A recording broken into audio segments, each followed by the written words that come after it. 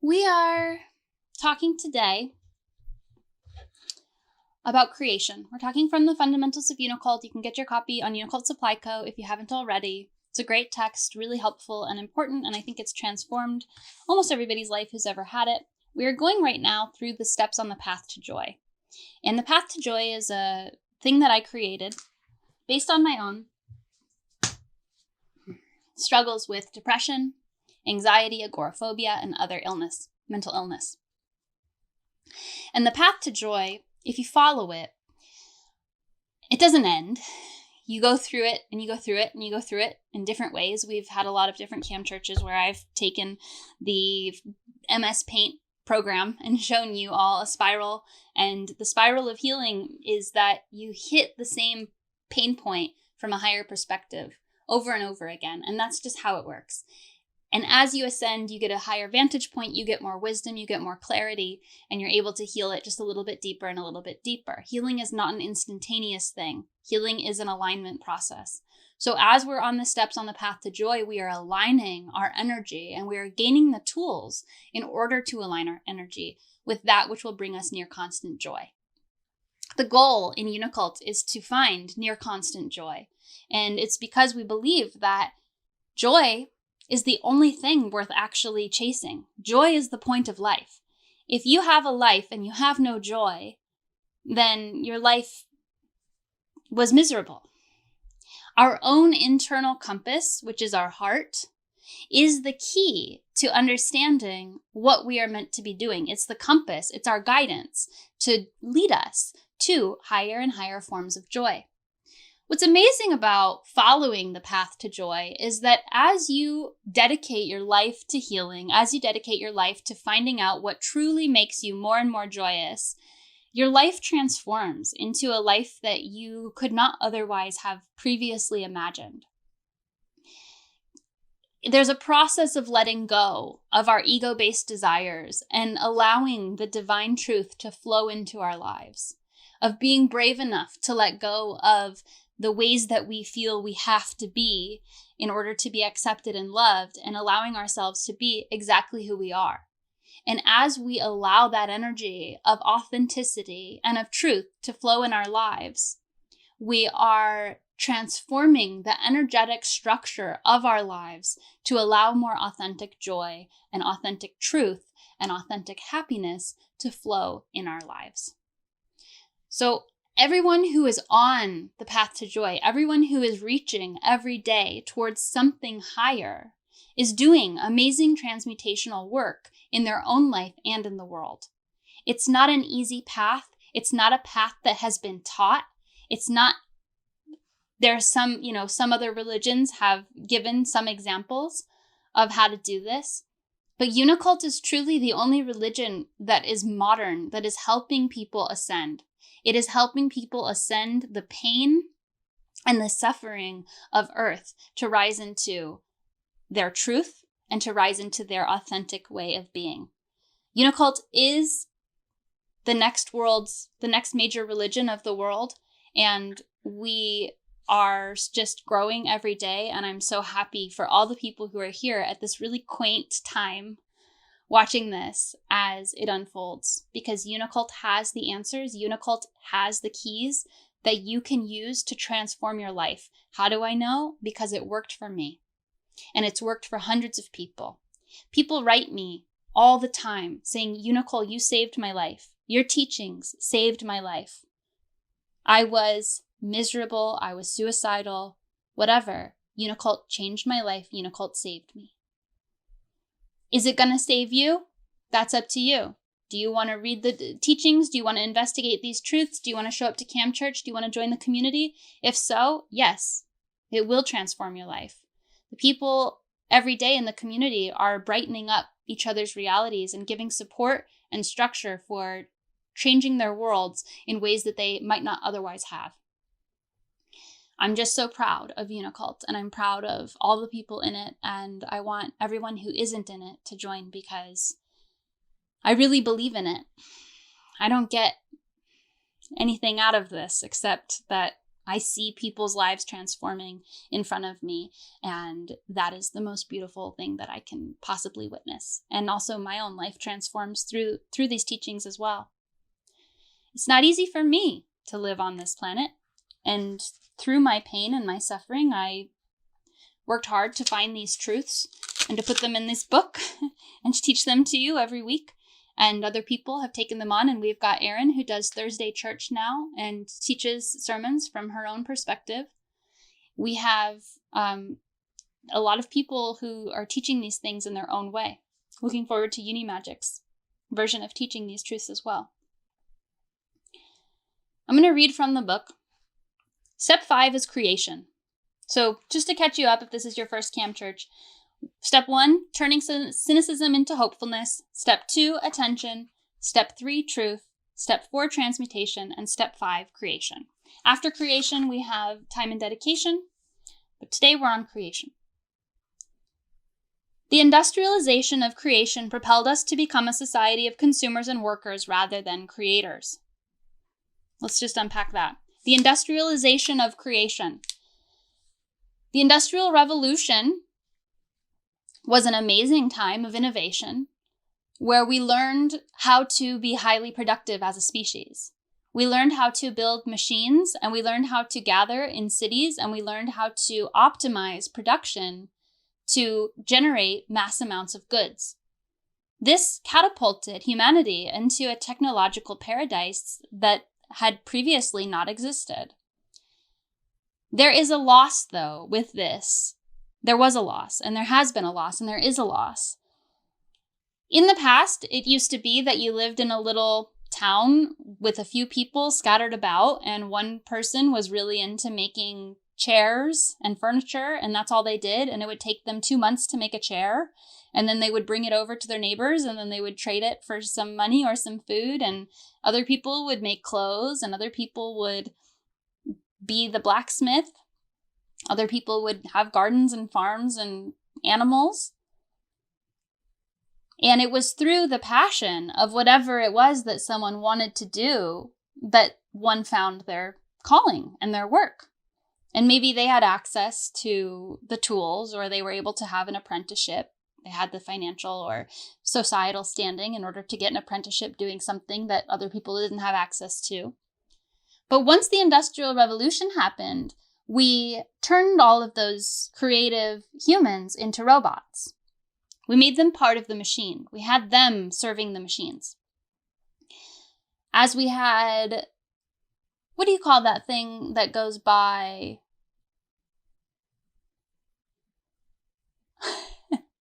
The belt. I can't believe I'm blanking on this. Does anyone know? Oh my God. Manufacturing line? Assembly line. Thank you, Erin. When we created the assembly line, we turned people into robots, right? You're just supposed to attach a leg to a chair. Now you're not crafting the whole chair. You're attaching a leg to a chair. You're attaching a leg to a chair. You're attaching a leg to a chair. And as someone who is super hypersensitive to energy, I can feel this in the products that I buy. I bought some chairs recently, and they were so well made, but I could feel that they came from an assembly line factory, and I could feel that these people had just, like, Chinese slave people, we no longer have this in the US. This doesn't exist in the US. But this is a form of robotic slavery that is not okay at this point. We have to push through and automate the entirety of the jobs to free the people from this drudgery, because it was never meant for people to sit and be a machine. And we have this idea that that is a beneficial, that is a desirable trait for people to have. It's sort of started with the Protestants, and they have this idea of hard work and work ethic, and then it transformed into productivity. And we have attached as a society our entire self-worth for individuals as to how much.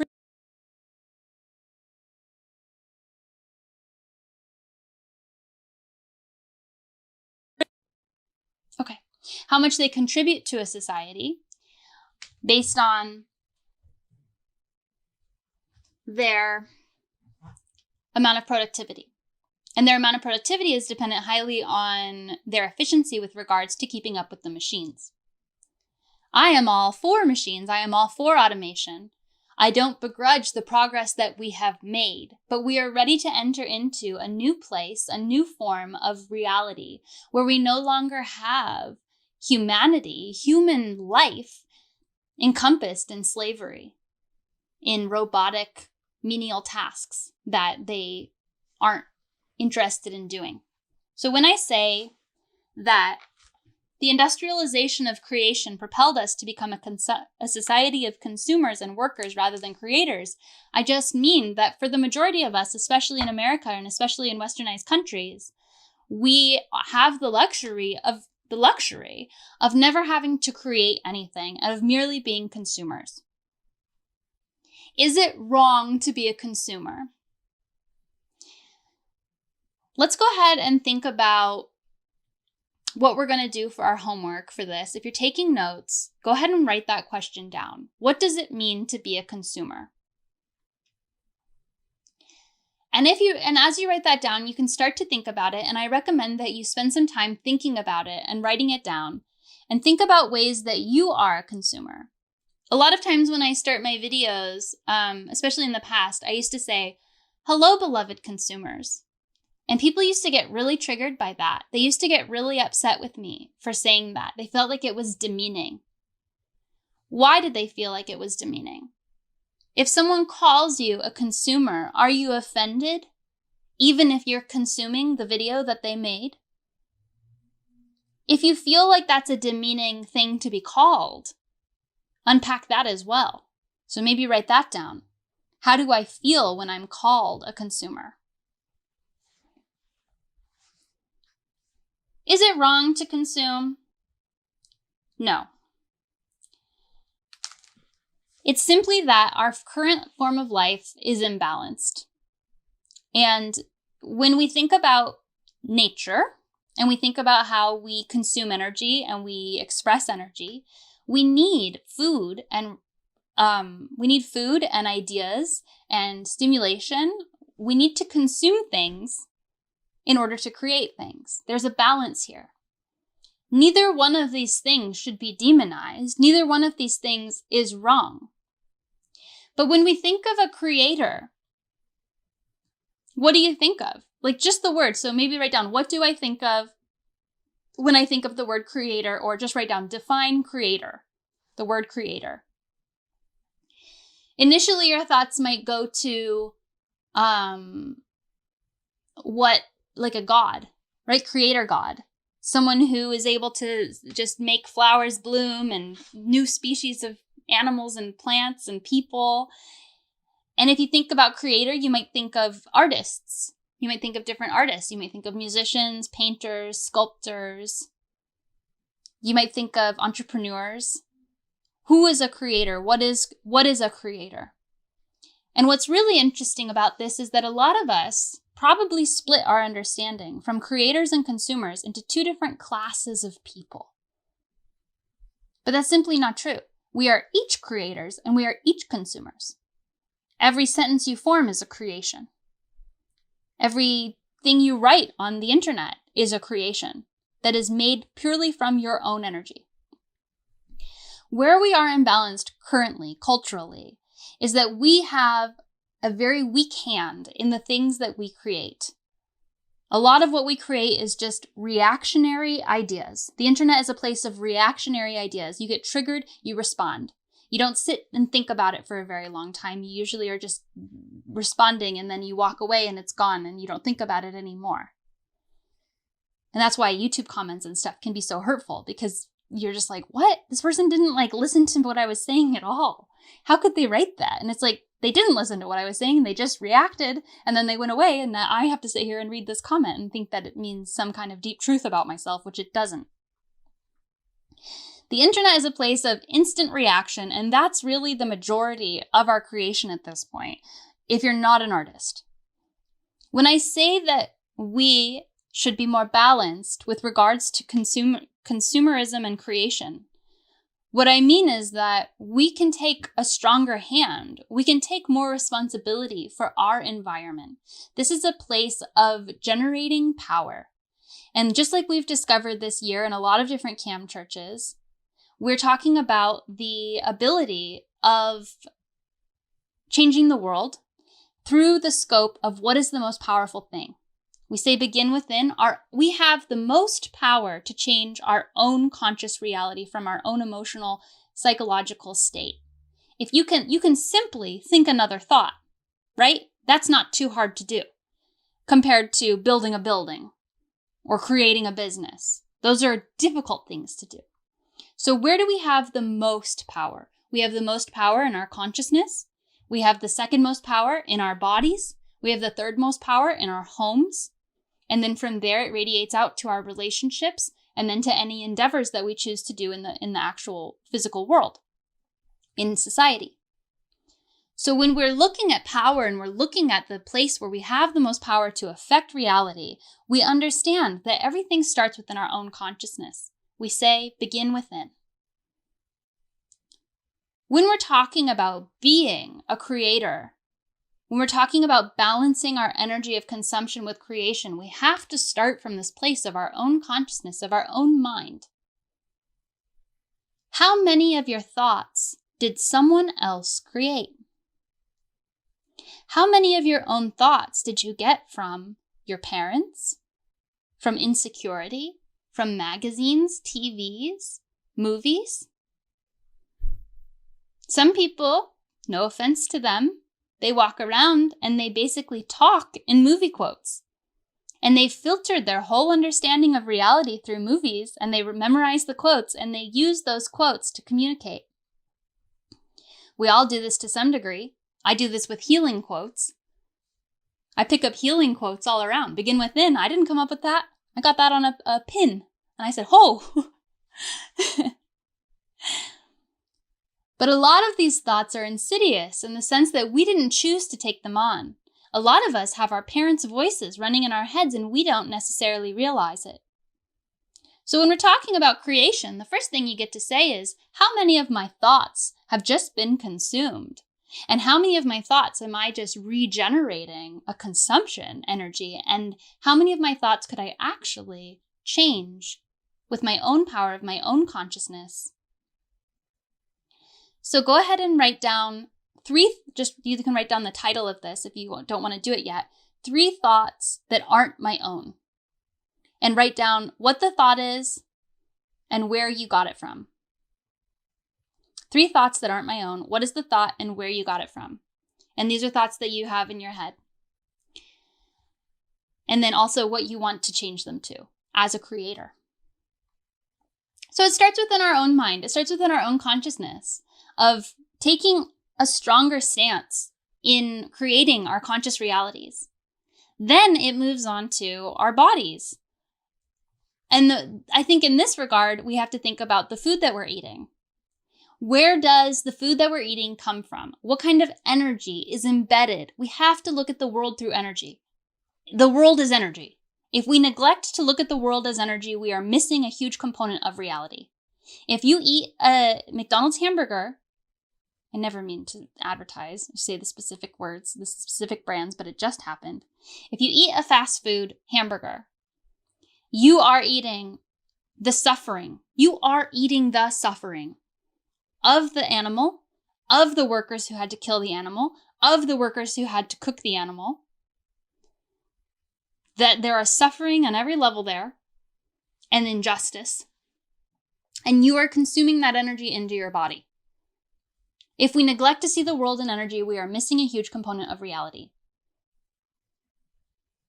As you look at your food and you tune into what the food is offering you energetically, what is it like to be a cow in a slaughterhouse that gets killed? Cows are super empathic. They cry when their calves are taken away from them. They feel emotions. They care in the same way that we care. And I'm certain, with 100% certainty, that if they're born into a miserable situation, such as a slaughterhouse, that even if they don't fully comprehend the fact that they are going to be killed, they know that their life isn't good. And they probably are suffering a lot. What is your life if you are a sweet potato?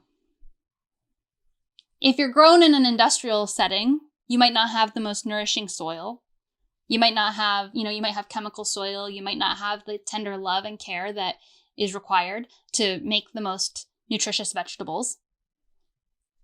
Let's say you're a sweet potato in someone's garden, and they set up a little fairy garden, and they talk to their garden, and they spend time there. They bring their instrument out, and they play in the garden, and they laugh, and they show other people the garden. And you get to grow in nourishing soil with beautiful sunlight and clean water. This is ideal. What is your life as a sweet potato? And you get dug up from the earth, and then you get eaten. What is the energy there? You have to see how the energy of that situation is more beneficial to take into your body than the energy of the meat situation, from the fast food situation. I'm not saying that you should eat any particular diet. I'm saying look at the food that you're eating. As a creator, look at the food that you're eating and grow a freaking garden. Grow your own food. When we take our power with creation, we do so much more than just grow a garden. There are so many scientific studies about how beneficial gardening is for our bodies, for our health. The microbes in the soil keep us healthy. The plants actually respond to our energy and provide us with the nutrients that we need. The mere activity of growing a garden can alleviate depression. When I'm talking about taking a hand in the things that you consume, I'm talking about a multidimensional, multifaceted reality of bringing yourself into an empowered state. It is so much more than painting a picture. It is so much more than singing a song. It is so much more than growing a garden. It is so much more than creating a video. There's a giant disco ball on the TikTok screen. Quite shocked. As you dig into your life and you look at the different things that you are drawn to create, maybe you're like, oh, I always wanted to sing, but I'm too nervous, I'm too shy. Oh, I always wanted to paint, but I stopped and I know I'm a bad artist. Are those thoughts your own? If you didn't have anyone to judge you, what would you do with your time? What would you do? What would you create? Ask yourself these things and allow yourself. So the next thing I want you to write down is, what would I create if I could create anything? That's probably going to take a little bit of time meditating. What would I create if I could create anything? Creation is an essential component to the human spirit. When we do not have a hand in the things we consume, we lose the connection that we have to our creative powers. Creation is the cure to consumption.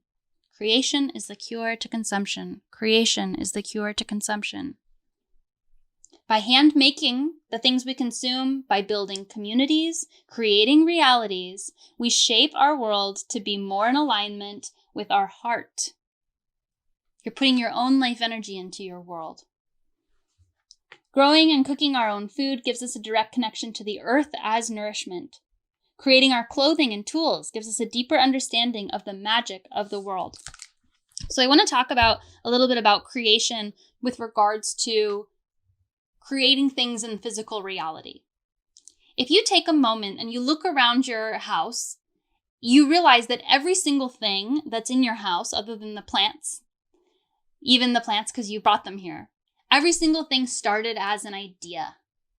Every book that I have behind me started as an idea and was created through the process of taking their consciousness and the ideas in their brain and putting them on paper. And then somebody had the genius idea to invent the printing press, and then we have book printing places, and we have self-publishing and publishing houses and all the people working together to get all these books published. And then we have the bookstores and the system of currency that was created, and me working in a bookstore for so many years and trading my minimum wage money for the books and building up this collection over time. This all started from humanity's consciousness, from our own consciousness, from our own connection to our own higher self, to our own source energy. Every single thing that is human-made started as an idea. When we talk about creation, there are very few limitations to what we can create. And when we work together as groups of people, when we work together to create things together, there is truly no limit to what we can create. Literally none. The one thing that you cannot go against is other people's conscious realities. Groups of people working together can overcome physical reality. No problem. Oh, you're going to walk too close to that cliff and you fall off? Well, what if we invent wings? What if we invent jetpacks? What if we invent hang gliders? We can overcome physical reality together if we work together. But we cannot go against other people's will. If someone else has a creation and you go against that creation, you're trying to create something in opposition to that creation, you're just going to create chaos. And I don't recommend it. We can't force other people to love us. We can't force other people to do anything. The system of money is an elaborate scheme to force other people to do things. It's a system of slavery to get people to do things they wouldn't otherwise do. It's against cosmic law. It's a loophole. It's a bullshit loophole. It's not okay. So when you're thinking of all the things that you can create, or if you're thinking, oh, I just want to create something and I can't seem to create it. Okay, here's the two things you can't go against. You can't go against other people's will, and you can't go against the divine plan. And how do you know what the divine plan is? Let's say you're like, I really just want to build the tallest tower in the world. And you try and you try and you try at it, but it doesn't work. You can't seem to get anywhere. You can't even get the land to do it. What we are meant to do, I'm going to give you guys a piece of advice that's going to save you a lot of trouble. What we are meant to do is not focus so much on physical reality. We can do things in physical reality, and that's great. But when you're coming from a place of true longing, you have to, this is a tough lesson for me, you have to let go of the physical reality result. You have to focus instead on the feelings that you think that physical result is going to give you. Because feelings are truth. Feelings are facts.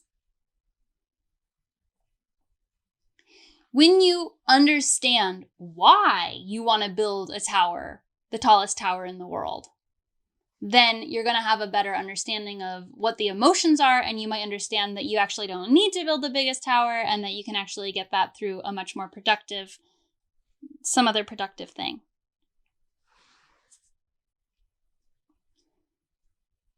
Your ego will try to get you to cling on to physical reality. And you're going to have trouble if you try to express your emotions through physical reality. But it's a balance, because there's a lot of things that we can do together when we work together to change the physical world. But it all starts from within our own consciousness. We have to understand our true motivations, our true heart's desires, in order for these things to become authentically real. Another thing you might have trouble with as far as creation, which is, I think, an impulse, a natural impulse, is the desire to create systems which are eternal. The desire to create a physical thing, whether it be a relationship or a object or a situation that is eternal. And this inclination comes from the fact that life is eternal, and that as higher energies, as ascended masters, as you become an ascended master, you learn how to infuse your reality with eternal energy, and you learn how to create eternal things that go on forever. But Earth is a planet of degradation. And when we assume that it's also a training ground, so we're here to learn that things don't need to last forever, that things exist. When you're outside of time, things exist forever. Things permeate in that point. If you could look at your timeline of your life from above and you can go into this moment, that's forever. If you can come into this moment at any point in time, then this moment sustains forever. All moments sustain forever. So everything is eternal, but on Earth, when we're in 3D, when we're in chronological time, we have to adapt to change, and we have to let go, and we have to allow for things to transform around us.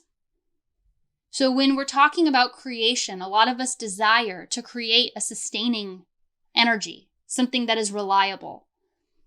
But that's also an ego-based desire, or maybe a higher level desire, but it's a fear-based desire. And we have to let go of that fear, and we have to go with the flow and allow life to transform in front of our very eyes every single day. And we have entered into a singularity point where every day reality is transforming rapidly. Every week, reality is transforming rapidly. Every year, think about where we are right now compared to last year. Our realities are very different than they were last year. And that's okay. We can let go and we can allow these things to transform. And our creation then comes in our ability to create from within a peace, a serenity, a harmony of removing discordant energies and not allowing the external changes to affect us internally. We are first and foremost emotional, energetic, conscious creators. And from the balanced, harmonious state of our conscious reality, we will create systems. And the systems that we create from the most balanced place of patience and trust and higher guidance and wisdom, the longer those things will last. We've been talking over the years about businesses that run from a greed-based perspective. Evil destroys itself. If you have within you discordant energies and you create something discordant for your ego-based reasons or for your greed-based reasons, if you create a company that is built purely on greed, we are now in the age of truth. So that energy is eventually going to destroy itself. Whatever the energy of your creation is, it will sustain. If you grow your garden with love, you will get love when you eat that food. If you grow your garden, you're like, I hate this stupid garden. Fuck these sweet potatoes. And you water them with your pee and your spit.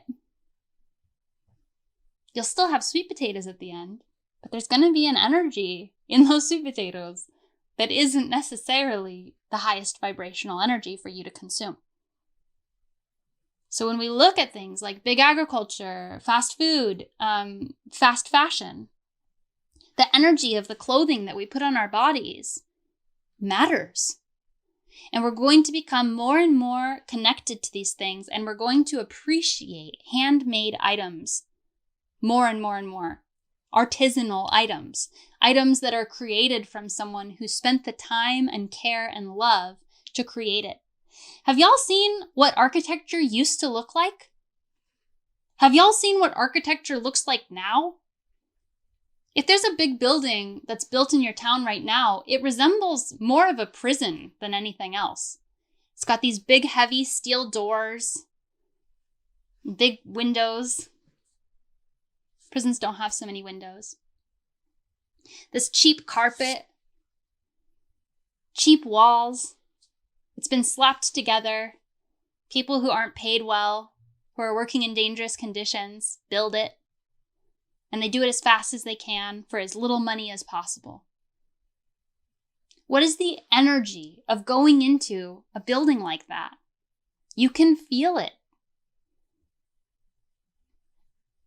If you see an old church and a cathedral that was built over the course of 100 years of people who designed it with so much care and with so much love, and they did beautiful frescoes, you can feel it. The architecture of the past is so much more enjoyable to be in because it helps enliven your spirit. It helps enliven your soul.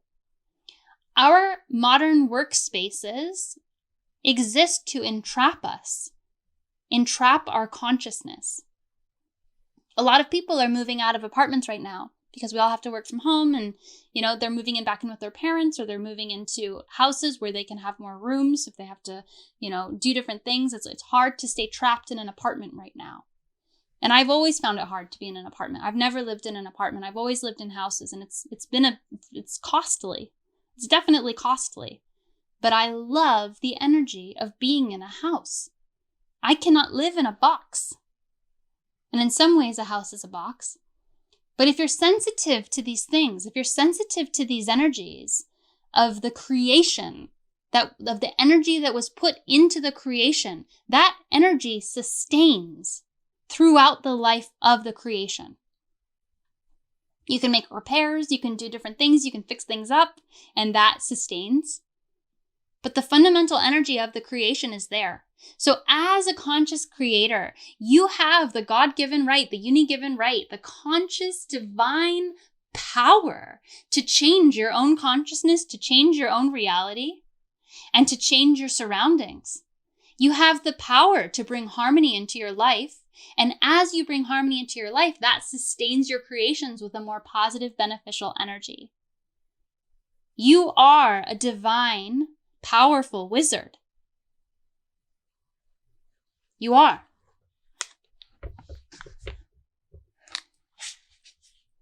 Your reality that you create radiates out and affects the world through your energy, words, and actions. So I hope that everyone got all the different things that I asked you to write down. Jackie, please feel free to add anything as follow-ups, and definitely bring what you discover to the Unicult Practice channel and to Cam Church Review. And continue going to Prayer Circle, Prayers Work, Prayers Work, Prayers Work, Prayers Work, Prayers Work, Prayers Work. We're going to do a closing prayer.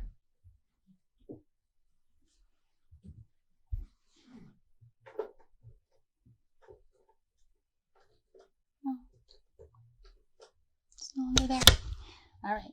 Spirit of Uni, we call you to this beautiful chat room. We bless you and we thank you for all of the energy that was flowing through me today. And we pray for all the creations that everyone does, that everyone gets to create this week, and for all the creations that radiate out from our own consciousness into the world. We pray for higher energy to assist us every day in every way. Uni bless. Thank you all for joining. Please join us for Uni Brunch in the Discord server and get to jump on camera and see everybody who's in Unicult and become friends and have a beautiful connection with them and talk about what you thought about this sermon and what you thought about these teachings, and also what you're eating for brunch. And I hope you have an amazing, a beautiful Sunday. Uni bless.